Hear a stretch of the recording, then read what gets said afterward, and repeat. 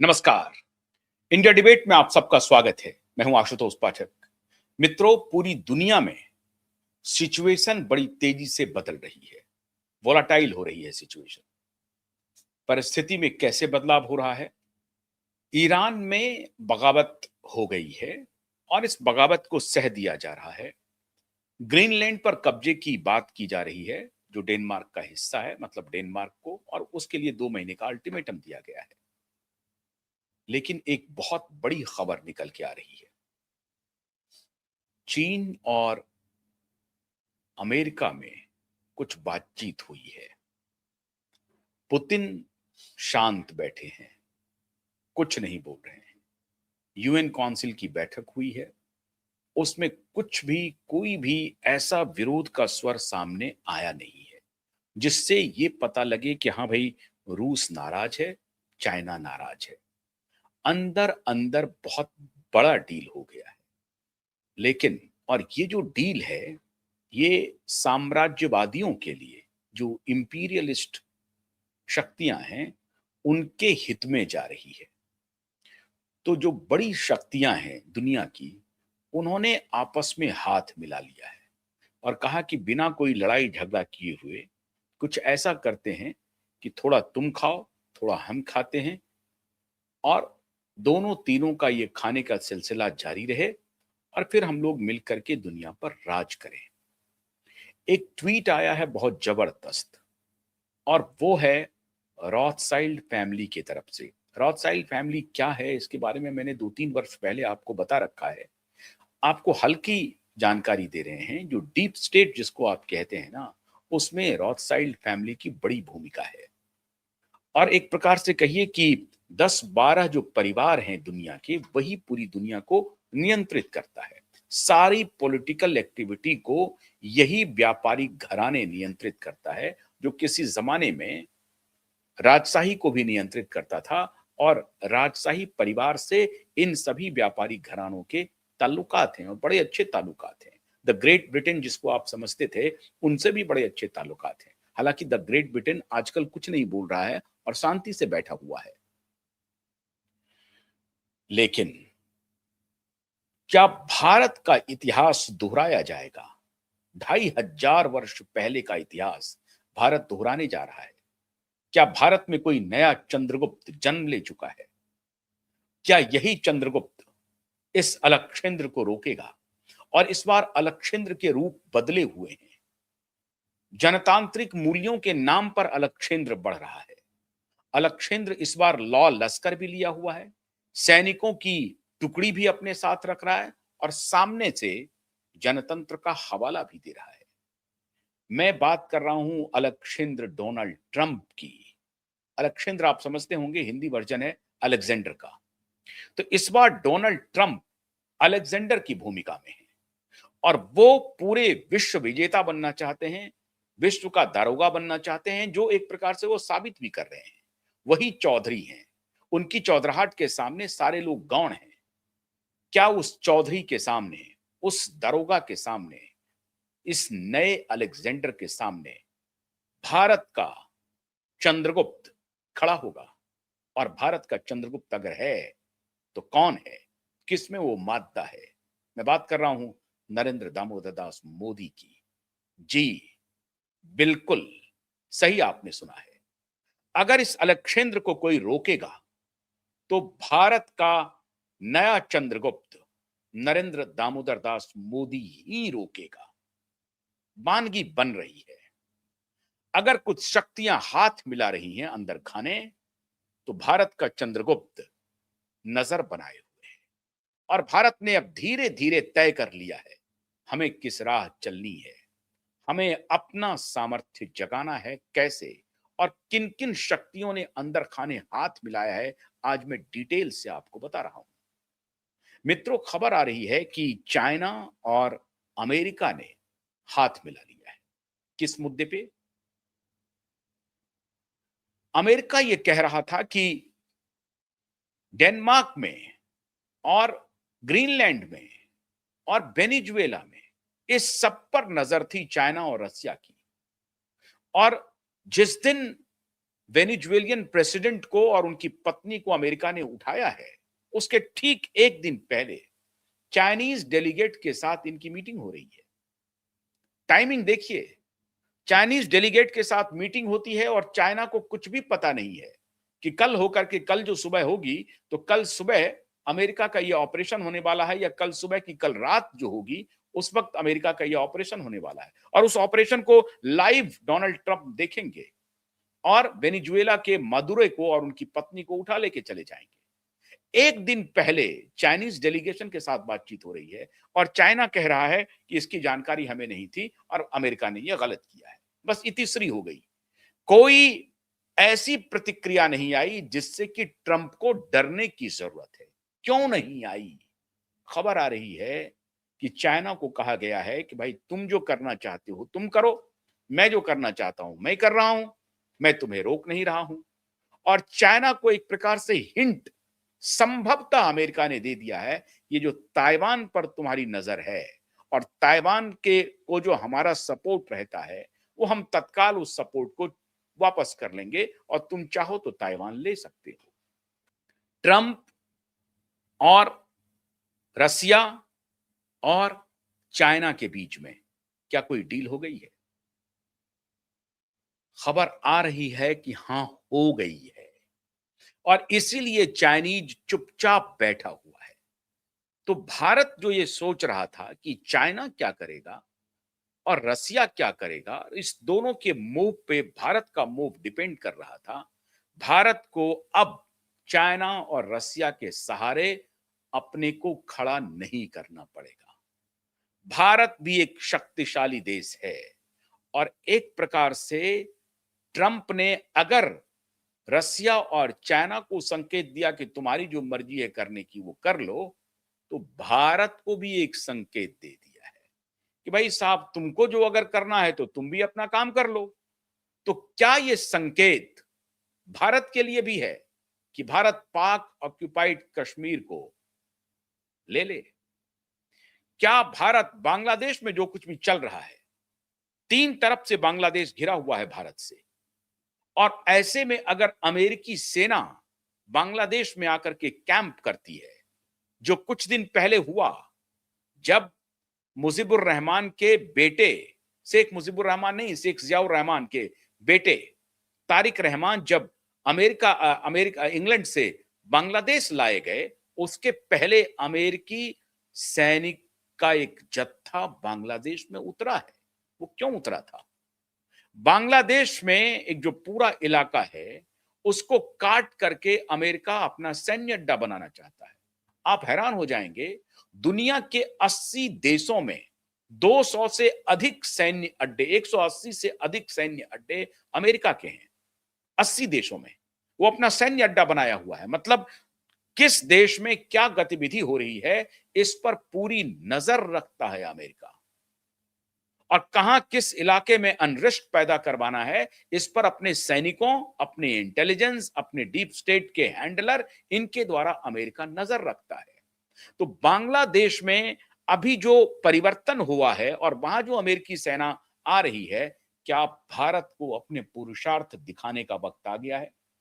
भारत इसमें इंडिफरेंट नहीं रह सकता है, और अगर भारत इंडिफरेंट रहा तो यह माना जाएगा कि अमेरिका के सामने भारत ने और पूरी दुनिया ने सरेंडर कर दिया है। और फिर इस सरेंडर का अमेरिका क्या क्या लाभ लेगा कहना मुश्किल है। एक बार आपकी बाह मरोड़ेगा, फिर दूसरी बार वो कोशिश करेगा, फिर तीसरी बार करेगा, और अगर आपने उसके बाह को मरोड़ने के पहले, कहते हैं offence is the best defence, और आप एडवांस हो जाते हैं और पाक ऑक्युपाइड कश्मीर और बांग्लादेश को अपने कब्जे में कर लेते हैं। कब्जे का मतलब है कि उसको पूरी तरह से अपने साथ नहीं मिला करके, लेकिन अपना पैर वहां पसार लीजिए, खत्म कर दीजिए, वहां से बाकी सबको भगा दीजिए, उठाइए और सीधे लेके आ जाइए। ये वही 2.5 साल पहले का अलेक्जेंडर कूच कर रहा है जिसे हिंदू कूच में चंद्रगुप्त ने रोका था। अब भारत के लिए नए चंद्रगुप्त होने का वक्त आ गया है। क्या मोदी भारत का नया चंद्रगुप्त होगा? होना ही पड़ेगा, होना ही पड़ेगा मोदी को, और मोदी के सामने और कोई चारा नहीं है। ये जो चक्रव्यूह तैयार किया गया है मित्रों, ये जो आप देख रहे हैं, जिस अलेक्जेंडर की मैं बात कर रहा हूं, जिस अलेक्जेंडर की मैं बात कर रहा हूं, ये अलेक्जेंडर अब रुकने वाला नहीं है। क्यों? क्योंकि अमेरिका में मेक अमेरिका ग्रेट अगेन मागा के जो समर्थक हैं वो नाच रहे हैं, उनको खुशी है। वेनेजुएला में सिर्फ तेल नहीं है, वेनेजुएला में 45% तक गोल्ड का भंडार है, सोने पर कब्जा है। कल मैंने आपको बताया था कि ग्रीनलैंड को कब्जा करके वो पानी पर कब्जा कब्जा करेगा, और उसके अलावा पीने लायक शानदार पानी पर कब्जा होगा, और उसके अलावा बहुत सारे मिनरल्स हैं जो डेनमार्क और ग्रीनलैंड में हैं, उसको लेना चाहता है। इसके पहले जो पनामा में क्या किया अमेरिका, आपको मालूम है। तो पनामा तो अभी सरेंडर किया हुआ है। कल जो यूएन काउंसिल की जो बैठक हो रही थी, मैंने पनामा के रिप्रेजेंटेटिव को सुना, वो क्या कह रहे थे। तो अफ्रीका और ब्राजील अगर थोड़ा बहुत विरोध करेगा भी तो कुछ होना जाना नहीं है।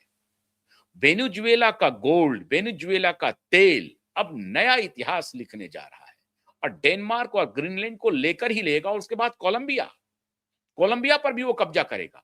ईरान में जो फिर सेकंड थर्ड लार्जेस्ट, जो ईरान में तेल भंडार बहुत जबरदस्त है, मिनरल्स भी हैं, तो ईरान के तेल भंडार पर भी उसकी नजर है। इराक को पहले ही वो कब्जा किया हुआ है। ईरान में भी आप अगले 2 4 5 10 दिन में आप देखेंगे। दिक्कत यह है कि वेनेजुएला ईरान नहीं है, ईरान के पास अपनी थोड़ी बहुत सैन्य ताकत भी है। अगर वो बॉम्बार्डिंग करके खमेनेई को उठा के लेके जाए भी, हालांकि खबर ये आ रही है कि खमेनेई ने शायद रसिया में अपना ठिकाना बनाने का मन बना लिया, और कभी भी वो ईरान छोड़ सकते हैं, अपने लश्कर के साथ वो रसिया जा सकते हैं, रसिया में उनको सेफ एग्जिट मिल सकता है। इसके पहले आपको मालूम है, एक ऐसे ही एक जो तानाशाह थे, उनको वापस रसिया की शरण लेनी पड़ी थी। तो खमेनेई भी रसिया के शरण में जा सकते हैं अगर उनको अपनी जान बचानी है, और नहीं तो खमेनेई को उठाया जा सकता है। और मैंने पहले भी आपको बताया हुआ है, इजराइल की नजर ईरान पर बनी हुई है। ऐसी परिस्थिति में अगर अमेरिका ये कोहराम मचाता है और रसिया और चाइना तटस्थ रहता है, कुछ नहीं बोलता है, तो मान के चलिए कि रसिया और चाइना के साथ अमेरिका की कोई गुप्त डील हो गई है, गुप्त डील हो गई है। अमेरिका एक सैन्य संगठन वाला देश है, सैनिक फैक्ट्री जो डिफेंस फैक्ट्री है उस पर चलने वाला देश है। रसिया का भी डिफेंस फैक्ट्री चलता है। तो अनरेस्ट होगा तो रसिया को भी चाहेगा कि हमारा भी हथियार बिके। उनके पास तेल है और हथियार है, ये दोनों बिक सकता है। हालांकि कहा जा रहा है कि वेनेजुएला में जो रशियन हथियार है वो कोई काम नहीं कर पाया। सवाल है, हथियार तो आपको दे दिया, लेकिन हथियार चलाने वाला कौन है, उसकी ट्रेनिंग नहीं दी, या उसको उसको ठीक से कंट्रोल करने वाला कोई नहीं था। उसमें रसिया की कोई गलती नहीं है। कहा जा रहा है कि रसिया का 400 वहां मौजूद था, लेकिन उसके एयर इन्वेजन को ट्रैक नहीं कर सका। वेनेजुएला एयर इन्वेजन को ट्रैक नहीं कर सका। ये किसका फेल्योर है? फेल्योर वेनेजुएलियन लोगों का है, वेनेजुएलियन का है। वेनेजुएला वाले ये समझ नहीं पाए कि कब कैसे अटैक होगा, बल्कि उनके राष्ट्रपति लगातार धमकी भी दे रहे थे। मदुरो लगातार धमकी दे रहे थे ट्रंप को। जो गलती अभी कोलंबिया के लोग कर रहे हैं और डेनमार्क के भी लोग कर रहे हैं। डेनमार्क तो थोड़ा सहमा हुआ है, ग्रीनलैंड थोड़ा सहमा हुआ है, लेकिन कोलंबिया के लोग धमकी दे रहे हैं, ईरान के लोग धमकी दे रहे हैं। ईरान में अमेरिका एक्सोडस का जो प्लान है खमेनेई का, वो तरीका बदल दिया है। ईरानियन ही खमेनेई को खदेड़ देंगे। जो सीरिया में हुआ वही स्थिति खमेनेई की होगी ईरान में। लोग वहां उनको इतना भड़का देंगे, इतना भड़का देंगे कि खमेनेई अपना जान बचाने के लिए ईरान छोड़ दे। हो गया तख्ता पलट। यही चाहता है और यही नियंत्रण अमेरिका चाहता है। तो क्या रसिया और चाइना ईरान के भी तख्ता पलट को देखते रहेगा? डेनमार्क को भी अमेरिका के पास जाते हुए देखते रहेगा? कोलंबिया को भी अमेरिका के पास जाते हुए देखते रहेगा? बिल्कुल देखते रहेगा। क्यों देखते हुए रहेगा? अब उसकी कहानी यह है कि चाइना को कहा गया कि तुम अपने ताइवान पर नजर रखो, तुम्हारे लिए ताइवान महत्वपूर्ण है, और ताइवान को चाइना जरूर चाहता है अपने साथ फुल कंट्रोल करने के लिए। तो उनको लग रहा है कि ताइवान के बारे में अगर ये निगोशिएशन हो जाता है तो हमारे लिए बड़ा अच्छा होगा। और रूस को ये कहा जा रहा है कि हम जेलेंस्की को फटकार देंगे और उसको कह देंगे कि वापस तुम्हारे खेमे में आ जाए, नहीं आएगा तो फिर जेलेंस्की का तख्ता पलट कर देंगे। वो तो उनके रहमो करम पर है, अमेरिका के रहमो करम पर है जेलेंस्की। अगर ये सब लोग मिलकर के अपनी अपनी चला रहे हैं और यूएनओ अब एक डिफंक्ट ऑर्गेनाइजेशन बना दिया है अमेरिका ने, तो भारत को कौन रोक रहा है? भारत एक शक्तिशाली देश है, हम इन्वेजन नहीं करेंगे, इन्वेजन नहीं करेंगे। अब जब सारे मूल्य पूरी दुनिया के टूट रहे हैं, तो क्या ट्रंप ने एक प्रकार से संकेत दे दिया कि मोदी अगर चाहते हो तुम कुछ करना अपने पड़ोस में तो कर डालो, हम कुछ नहीं करने वाले हैं। अमेरिका पाकिस्तान न्यूक्लियर कंट्री का धौंस दिखाएगा, लेकिन पाक ऑक्यूपाइड कश्मीर में अगर बलबा शुरू हो जाए, बलूचिस्तान उसके खिलाफ पहले ही खड़ा है। बलूचिस्तान तो बहुत पहले मोदी को अपना प्रधानमंत्री घोषित कर दिया है। बलूच लिबरेशन आर्मी लगातार पाकिस्तानी रेंजरों को बॉर्डर से भगा दिया है। अफगानिस्तानियों का अटैक चल रहा है। तो यही समय है, सही समय है, जब इंटरनेशनल लॉ ध्वस्त हो गया, अंतरराष्ट्रीय कानून खत्म हो गया। अब जेनेवा कन्वेंशन, वो कन्वेंशन का कोई तात्पर्य रह नहीं गया है, मतलब रह नहीं गया है। सारे अंतरराष्ट्रीय कानून को धता बता दिया डोनाल्ड ट्रंप ने, खत्म कर दिया। और सब उनको दुहाई देने पे लगे हुए हैं कि अंतरराष्ट्रीय कानून का पालन होना चाहिए, अंतरराष्ट्रीय कानून का पालन होना चाहिए, जेनेवा कन्वेंशन का पालन होना चाहिए, तो फलाना कन्वेंशन का पालन होना चाहिए। उस सारे कन्वेंशन के पालन से लेना देना क्या है? कोई फायदा नहीं है। तो ये जो चक्रव्यूह बनाया ट्रंप ने, उस चक्रव्यूह में फायदा तो रसिया और चाइना उठा ले जाएगा। भारत की बारी है। क्या मोदी इस चक्रव्यूह को तोड़ देंगे?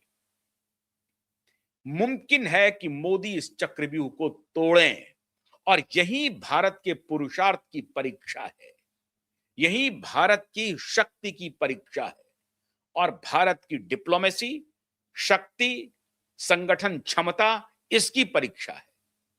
ये कई फ्रंट पे भारत को एक साथ काम करना पड़ेगा, और ये मौका है जब बांग्लादेश को वो पूरी तरह से अपने साथ कर सकते हैं। साथ का तात्पर्य है, अगर बीएनपी वहां आ गई पावर में, तो भारत के लिए मुश्किल होगा। आपको शेख हसीना को वहां सत्ता पर बिठाना है। मिलाने का तात्पर्य यह नहीं कि बांग्लादेश को आपने इंक्रोच कर लिया और भारत में मिला लिया। वैसे मिलाने जैसा रखिए आप। वेनेजुएला को कोई अमेरिका ने अपने मिला नहीं लिया है, वेनेजुएला पर नियंत्रण कर लिया है। भारत को बांग्लादेश के रेफरेंस में इसी नियंत्रण की नीति को अपनाना पड़ेगा। नियंत्रण की नीति कैसे हो सकती है? तो बांग्लादेश नेशनलिस्ट पार्टी जो बीएनपी है, उसको शेख हसीना की आवामी लीग से रिप्लेस करना पड़ेगा। ऐसा कुछ चाल चलना पड़ेगा ताकि बीएनपी जो एक कट्टर इस्लामिस्ट पार्टी है, कट्टर इस्लामिस्ट तो वहां सारी पार्टियां हैं, लेकिन जो पार्टियां मॉडरेट थी, जो 10 वर्षों से वहां सत्ता में थी, शेख हसीना की आवामी लीग, क्या शेख हसीना की आवामी लीग को एक बार दोबारा सत्ता सीन करवाया जा सकता है? अमेरिका नहीं चाहेगा, क्योंकि वो अमेरिका के खिलाफ है। अब यहीं पर टग ऑफ वॉर होगा। अब अगर फ्रंट खुलेगा तो अमेरिका, कई फ्रंट अगर एक साथ खोलेगा तो फिर अमेरिका अमेरिका को मुंह की खानी पड़ेगी। और भारत को यही मौका है जब बांग्लादेश में भारत खेल कर दे और शेख हसीना को वहां पर किसी तरीके से, शेख हसीना की आवामी लीग को किसी तरीके से सत्ता में ले आए। और उसके लिए दो काम करने पड़ेंगे भारत को, करना ही पड़ेगा भारत को। और अंतरराष्ट्रीय कानून का कोई मतलब नहीं है। मोहम्मद यूनूस को उठाना पड़ेगा और बीएनपी को सेट असाइड करवाना पड़ेगा और अपना ऑपरेशन चालू करना पड़ेगा। और अभी जो सीआईए के एजेंट बांग्लादेश में मौजूद हैं, उसको वहां से खदेड़ना पड़ेगा। और इधर पाक ऑक्यूपाइड कश्मीर, इस दोनों पर वर्चस्व अगर भारत ने कर लिया तो समझिए अमेरिका को चेतावनी हो गई कि अगर तुम करोगे गुंडागर्दी तो फिर हम गुंडागर्दी नहीं, हमारा तो ये नैतिक अधिकार है, हमसे ही वो अलग होकर के गया है। हम तो अपने देश को अपने साथ मिला ही सकते हैं।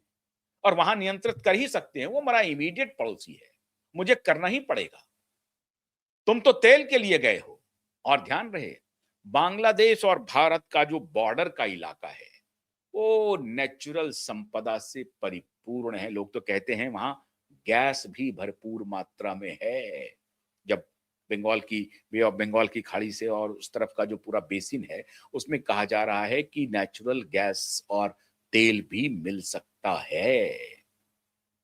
तो भारत को भी अपना शक्ति बढ़ाना है, तो जो हमारे गए हुए हैं उसे ही ले लें।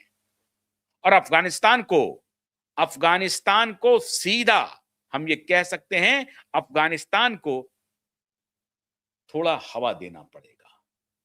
बलूचिस्तान को थोड़ा हवा, बलूचिस्तान तो आपके साथ ही खड़ा है, बलूचिस्तान को हवा देना पड़ेगा।